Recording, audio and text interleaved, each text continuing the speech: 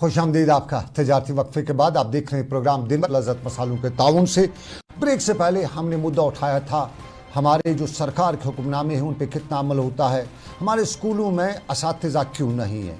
अक्सर को अटैच किया जाता है और जब अटैच करके कहीं दूसरी जगह डिप्यूट किया जाता है मतलब वहाँ पे पोस्ट खाली है, तो उन खाली वैकेंसीज़ को क्यों फिल नहीं किया जाता है।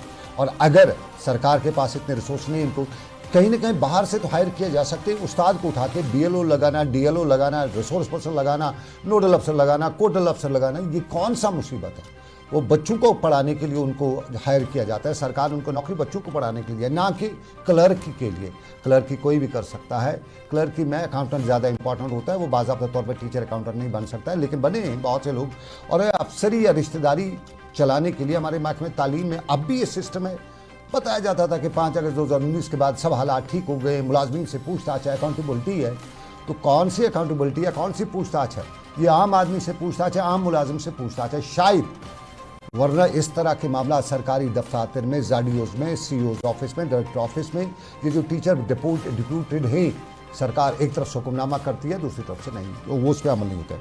लेकिन चलिए नाज़रीन, खुदकशी के वाक़ात होते हैं, लगातार रोज़ खुदकशी के वाक़ात होते हैं और उसमें आपके लिए ज़रूरी सुनना और समझना है। मेरे सोशल मीडिया के पेज पे अभी बहुत से लोग, जैसे कि गुंडी कैसर से हमें एक दोस्त बता रहे हैं टीचिंग की जो हमारी स्टोरी है, उसमें बता रहे हैं कि उनके इलाके में 5-8 टीचर हुआ करते हैं, 8 टीचर हुआ करते हैं उनके स्कूल में, गुंडी कैसर स्कूल में। लेकिन वहाँ पे ये वानी मंजूर साहब हैं, अब 2 साल से वहाँ 2 या 4 टीचर होते हैं, 4 या 5 टीचर होते हैं। तो ये सोशल मीडिया के हमारे पेज पर बताते हैं। तो ये जो है आप बताइएगा, आवाज़ उठाइएगा, कहीं कहीं कोई तो सुनता होगा, किसी का कानून पे झूठ रिंग हो गया। बताइए आपके स्कूल में क्या हाल है, ज़रूर रही। लेकिन खुदकशियों की बात करें तो ज़रा आपको तस्वीर दिखाते हैं श्रीनगर का ईदगाह का पुल जो है, क्या हमारे लिए अब ये सुसाइड स्पॉट तो नहीं बना हुआ है। इसके लिए सरकार को कहीं ना कहीं थोड़ा सा कदम तो उठाना पड़ेगा। खुदकशी की अब हो गया, खुदकशी के बाद रेस्क्यू ऑपरेशन शुरू हो गया। खुदकशी से पहले अगर रेस्क्यू कर लेते, थोड़ी दीवार खड़ा कर देते सीमेंट का दल पे, उन ऐसे स्पॉट्स पे जहाँ से खुदकशी हो जाती है या लोग करते हैं, तो ये क्या है। और नौजवान क्यों खुदकशी करते हैं, ये बहुत इंपॉर्टेंट है। थोड़ा सा मेरी कुछ बहनें अगर मुझे टेलीविज़न पे सब देख रही हैं, उनसे गुजारिश है कि वो थोड़ा सा ना सुनें, क्योंकि हमने कुछ लोगों से जो अखज़ किया है, जिस तरह आज जो खुदकशी हुई है, मैं उस बच्चे को जानने वाला हूँ बहुत करीब से। पिछले दिनों हमारे एक दोस्त की शादी थी और कितनी मोहब्बत से, कितनी लगन से उसने सर्विस वहाँ पे की, पूरी शादी को हैंडल कर रहा था। लेकिन आज सुबह मैंने सुना कि उसने श्रीनगर के ईदगाह के इलाके में जो सीमेंट ब्रिज है वहाँ से छलांग लगा सुसाइड कर दी। और फिर हम भी बहुत से लोगों से मिलते हैं, मामला को खोजते हैं, तो खोज करते हुए मुझे 2 बातें नज़र आई जो मैं आप तक पहुँचाना चाहता हूँ। एक जो पढ़ा लिखा बच्चा है जो उसकी सुसाइड कर देता है, जो नौकरी कर देता है, यूजुअली आमतौर पे कहते हैं मनशियात वगैरह, ये कुछ और महरिकात भी हैं। मनशियात को एक तरफ छोड़ कर देखें तो एक वजह जो हमें कुछ एक्सपर्ट्स से मालूम करने के बाद हुई कि बहुत से बच्चे जो हैं वो ग्रेजुएशन, पोस्ट ग्रेजुएशन करके घर में रह जाते हैं बेकार, उनको जॉब नहीं मिलता है। तो जब वो जॉब नहीं मिलता है तो घर में बेकार होते हैं। तो अक्सर वालिदैन, उनकी माएँ, उनकी बहन, उनकी फूफियाँ आकर उनको ताने देती हैं कि कुछ नहीं कर सकते आप, नौकरी भी नहीं मिली आपको, नौकरी नहीं ढूंढते हो। वो बेचारा कहाँ से नौकरी नहीं लाए, जब मार्केट में है नहीं तो कहाँ से लाए इतना पढ़ लिखने के बाद। तो ये जो वालिदैन के ताने होते हैं, ये बहुत से बच्चे बर्दाश्त नहीं कर पाते हैं। तो बिला, क्योंकि अपनों का जख्म जो होता है बहुत संगीन होता है। तो कई बार ये जो लोग हैं आउट ऑफ फ्रस्ट्रेशन सुसाइड का मन बना लेते हैं।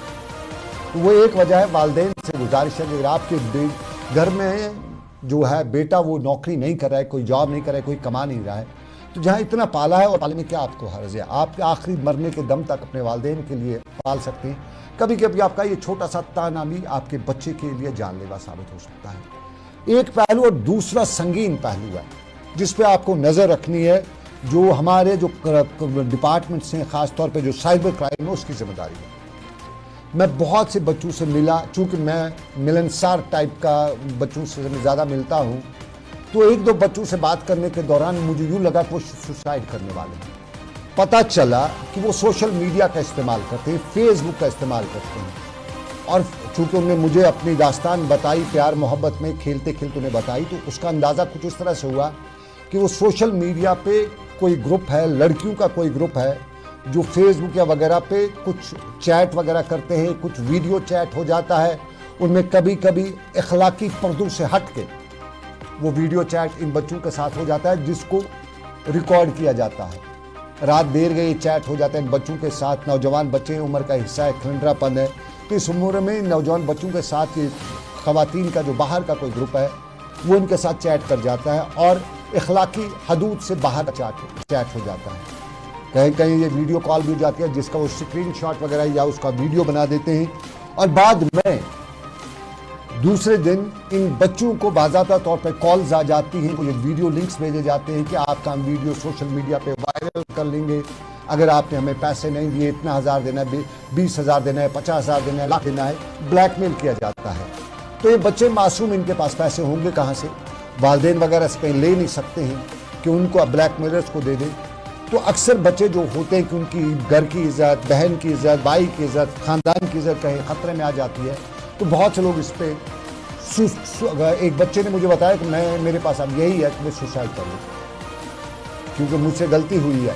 तो गलती में इस उम्र में हो जाती है, ऐसा नहीं है कि सब पाक दामन है, बच्चा है उनसे हो जाता है, लेकिन हमारे जो वालिदैन हैं उनकी जिम्मेदारी है कि कहीं न कहीं वो रात देर गए, शाम गए, अगर आपका बच्चा कहीं आवाज़ आ रही है तो ख्याल रखें उसके कमरे से आवाज़ क्या आ रही है, ताकि कंट्रोल उस पर नज़र भी रहे और साथ में वो इन जासूसों में ना फंसे।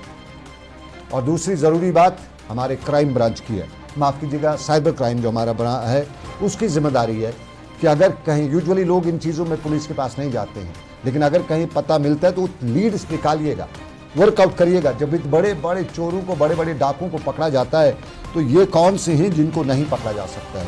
तो ये गुजारिश हमारी है और कुछ लोगों ने हमें गुजारिश की है, लेकिन आपको नाज़रीन वक्त इजाज़त नहीं देता, लेकिन चलते चलते आपको अपने बच्चों के प्रीमियर लीग की बात करें, खेल के मैदान पर चलते हैं बिजवाड़ा प्रीमियर लीग।